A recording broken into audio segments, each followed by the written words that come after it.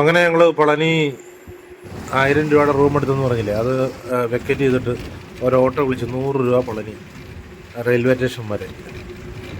നമ്മൾ രാവിലെ പോയി അവിടെ ഇപ്പം പളനി ചെല്ലുമ്പോൾ ഇപ്പം തന്നെ ഇതുപോലെ സമയത്ത്, അതായത് രാവിലെ തന്നെയാണിത്, ഈ സമയത്ത് തന്നെയാണ് നമ്മളവിടെ വരുന്നത്. ആ ടൈം നോക്കിയിട്ട് തന്നെ പിറ്റേ ദിവസം വെക്കേറ്റ് ചെയ്തുള്ളൂ എന്ന് പറഞ്ഞു കഴിഞ്ഞാൽ 1000 രൂപ, അപ്പോഴും 1000 രൂപ, അല്ലെങ്കിൽ 600 രൂപ. തലേ ദിവസം തന്നെ നമുക്ക് ഒരു 12 മണിക്കൂറെങ്കിലും നമുക്ക് ആ റൂം കിട്ടാൻ സാധ്യതയുണ്ട്.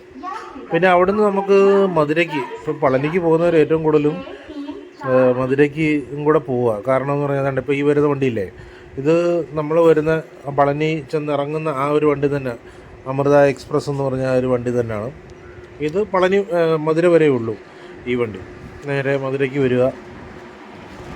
ഇതിപ്പോൾ നമ്മൾ പളനി ഇറങ്ങുന്നുണ്ട്, എല്ലാവരും ഈ പളനിയിൽ ഇറങ്ങുക. അത് കഴിഞ്ഞിട്ട് ഇപ്പോൾ ഇവിടുന്ന് ടിക്കറ്റ് ലോക്കലാണെങ്കിൽ നമ്മൾ ഒരു 60 രൂപ ടിക്കറ്റ് ചാർജ് ആവുന്നുള്ളൂ, അതിൽ കൂടുതലൊന്നും വലിയ ഒന്നും ആവുന്നൊന്നുമില്ല.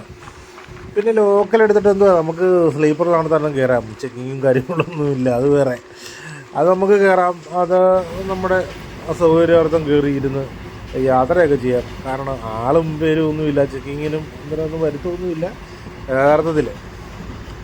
പിന്നെ ഈ മുട്ടയും മറ്റേ മുട്ടയും എല്ലാം കൂടെ ഞങ്ങൾ എല്ലാം കൂടെ കയറി നേരെ ഇപ്പം മധുരയ്ക്ക് പോവാണ്. മധുര മീനാക്ഷി ക്ഷേത്രത്തിലേക്ക് പോകാനുള്ള ആ ഒരു, കാരണം പളനിക്ക് വരുന്നവർ മധുരയും കൂടെ പോകുന്നതായിരിക്കും നല്ലത്. എന്താണെന്ന് ചോദിച്ചാൽ ഈ ഒരു ടൈമിങ്, പിന്നെ ഈ ഒരു ടൈമിംഗ് എന്ന് പറഞ്ഞു കഴിഞ്ഞാൽ ഞാൻ പറയില്ലേ, ഒരു 7 മണിയാകുമ്പോഴത്തേക്ക് ഈ വണ്ടിയും വരും. അപ്പോൾ വണ്ടി വന്നു കഴിഞ്ഞ് കഴിഞ്ഞാൽ നമുക്ക് ഇതിൻ്റെ കൂട്ടത്തിൽ നമുക്ക് അങ്ങ് പോവുകയും ചെയ്യാം. പിന്നെ അവിടെ ചെന്നിട്ടല്ലാണെങ്കിലും നമുക്ക് ഈ ലഗേജ് സാധനങ്ങളൊക്കെ അവിടെ വെക്കാനുള്ള ക്ലോക്ക് റൂമും കാര്യങ്ങളൊക്കെ ഉണ്ട് താനും. പറഞ്ഞു മനസ്സിലായോ? ഇപ്പം മധുരയ്ക്ക് ഇപ്പുറത്ത് നമ്മുടെ ആ ഒരു നദിയൊക്കെ കടന്ന് അടുത്ത സ്റ്റേഷൻ എന്ന് പറയുന്നത് നേരെ മധുരയാണ്. മധുര റെയിൽവേ സ്റ്റേഷനിലോട്ട് നേരെ അങ്ങോട്ട് കടക്കുക. കടന്നു കഴിഞ്ഞിട്ട് അവിടുന്ന് നേരെ നിങ്ങൾ ചെയ്യേണ്ടതെന്ന് പറഞ്ഞു കഴിഞ്ഞാൽ നേരെ റിസർവേഷൻ ചെയ്യാനുള്ള ഒരു ഭാഗത്തേക്ക് പോവുക. രാവിലെ തന്നെ നിങ്ങൾ റിസർവേഷൻ ചെയ്യാനുള്ള നേരെ ഭാഗത്തേക്ക് പോയിട്ട് നേരെ അവിടെ ചെന്നിട്ട് ടിക്കറ്റ് ബുക്ക് ചെയ്യുക. നമുക്ക് ആ രാവിലെ തന്നെ പോയി ബുക്ക് ചെയ്ത് കഴിഞ്ഞ് കഴിഞ്ഞാൽ ഏകദേശം വെയിറ്റിംഗ് ലിസ്റ്റ് കിട്ടത്തില്ല, RIC ആയിരിക്കും.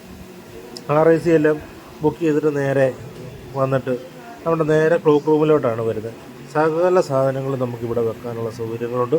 15 രൂപയേ ഉള്ളൂ ഇവിടെ. നമ്മുടെ ഒരു ബാഗ് ആണെങ്കിലും എന്തുവാണേലും 15 രൂപ. അവിടെ നിന്നൊരു ഓട്ടോ വിളിക്കുക നേരെ മധുര മീനാക്ഷി ക്ഷേത്രത്തിലേക്ക്. 100 രൂപയുള്ളൂ, വെറും 100 രൂപ. അവിടെ നിന്ന് അവരോട്, പക്ഷേ അത് നമ്മൾ ഇതാക്കണം കേട്ടോ, നമ്മളൊരു 150 രൂപ ചോദിച്ചാലും 200 രൂപ ചോദിച്ചാലും നമ്മൾ 100 രൂപ ആരെങ്കിലും വരുന്നുണ്ടോ എന്ന് ചോദിക്കുക. നമ്മൾ നേരെ മധുര മീനാക്ഷി ക്ഷേത്രത്തിൻ്റെ മുമ്പിൽ ഇവർ അവിടെ കൊണ്ടുവിടും. അവിടെ നമ്മൾ ജസ്റ്റ് ഒന്ന് നടന്ന് ഫ്രണ്ടിലോട്ട് നിന്ന് കഴിഞ്ഞാൽ, പിന്നെ ചെരുപ്പ് വെക്കേണ്ട കുറേ അവരൊക്കെ പറയും, അവിടെ വെക്കുക ഇവിടെ വെക്കുന്നൊക്കെ നമ്മളോട് പറയാറുണ്ട്. പക്ഷേ ഇതിൻ്റെ ഒന്നും ആവശ്യമില്ല.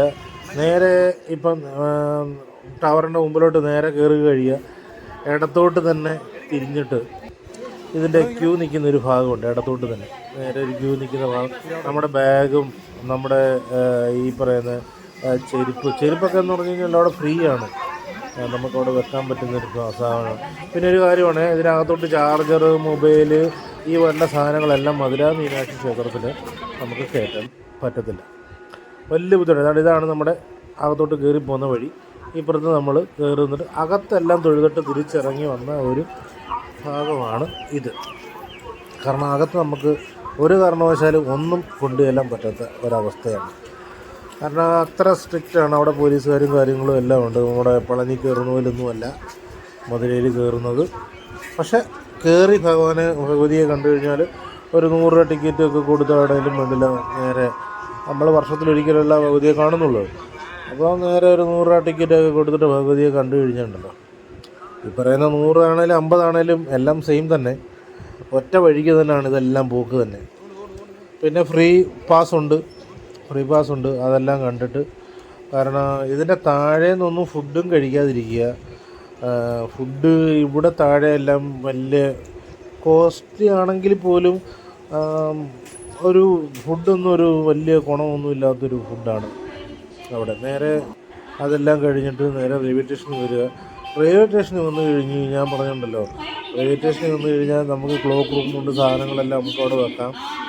നേരത്തെ തന്നെ അവിടെ വെച്ചിട്ടാണല്ലോ നമ്മൾ ഈ മധുരയിൽ പോയതും. അതിപ്പം ഇവിടെ എസ്കലേറ്ററും കാര്യങ്ങളും എല്ലാം ഉണ്ട്, നമുക്ക് പോകാനും ഇറങ്ങാനും. ഈ പറയുന്ന നമ്മുടെ ഇവിടുത്തെ പോലൊന്നുമല്ല, നല്ല കാര്യങ്ങളെല്ലാം വളരെ നല്ല സെറ്റപ്പായിട്ടും കാര്യങ്ങളായിട്ടാണ് അവിടെ എല്ലാം ഇതുള്ളത്. പിന്നെ ഇതുണ്ട്, നമ്മുടെ എസ്കലേറ്ററുണ്ട്. പിന്നെ അവിടുന്ന് പിന്നെ നമ്മുടെ